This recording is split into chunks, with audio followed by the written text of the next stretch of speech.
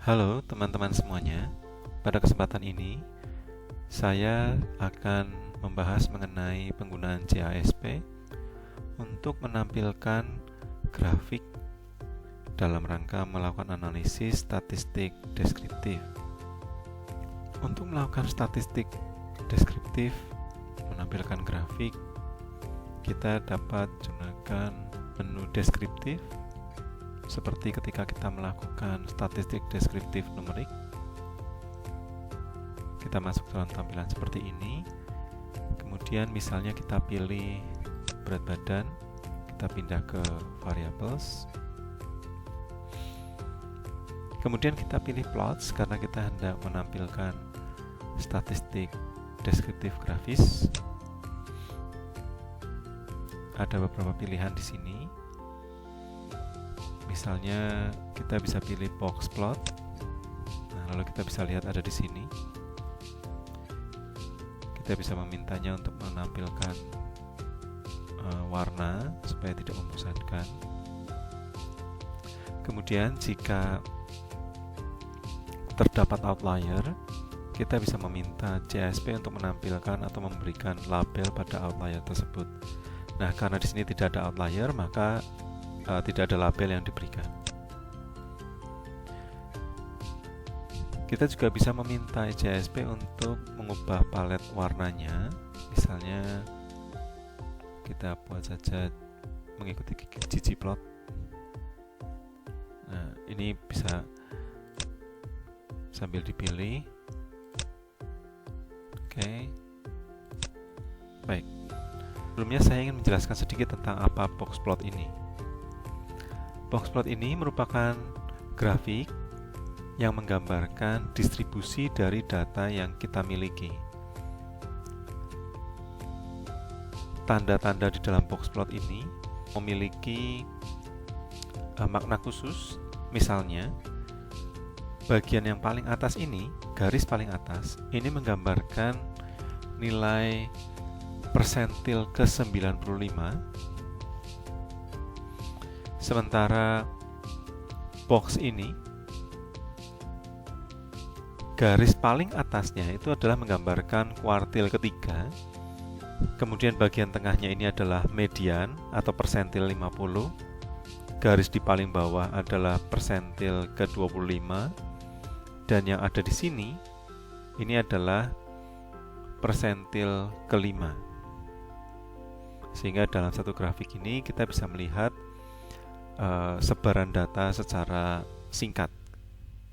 Nah, kelima angka ini yang kemudian sering disebut sebagai 5 number summaries. Selain boxplot, kita juga bisa meminta JASP untuk menampilkan histogram. Nah, ini histogramnya. Lalu dalam histogram ini kita bisa meminta JASP juga untuk menampilkan kurva densitasnya. Kita klik display density, lalu ini menampilkan kurva densitasnya. Oke. Nah, kita bisa bandingkan kedua grafik ini. Misalnya kita bisa lihat di sini. Untuk box yang ada di tengah, kotak yang ada di tengah ini, garis yang pertama ini adalah kuartil pertama atau persentil 25. Kemudian garis yang kedua ini adalah persentil ke-50 atau kuartil kedua. Nah, kita bisa melihat jaraknya sangat pendek. Ini berarti dalam jarak yang sangat pendek ini terdapat 25% subjek yang ada di dalam kelompok ini. Nah, kita bisa lihat di dalam grafik histogram ini cukup banyak orang yang berada di area ini. Nah, ini menggambarkan, kita bisa menarik kesimpulan itu dengan melihat boxplot ini juga. Kemudian dari garis median ini menuju ke 75% membutuhkan cukup banyak orang, cukup banyak nilai gitu ya.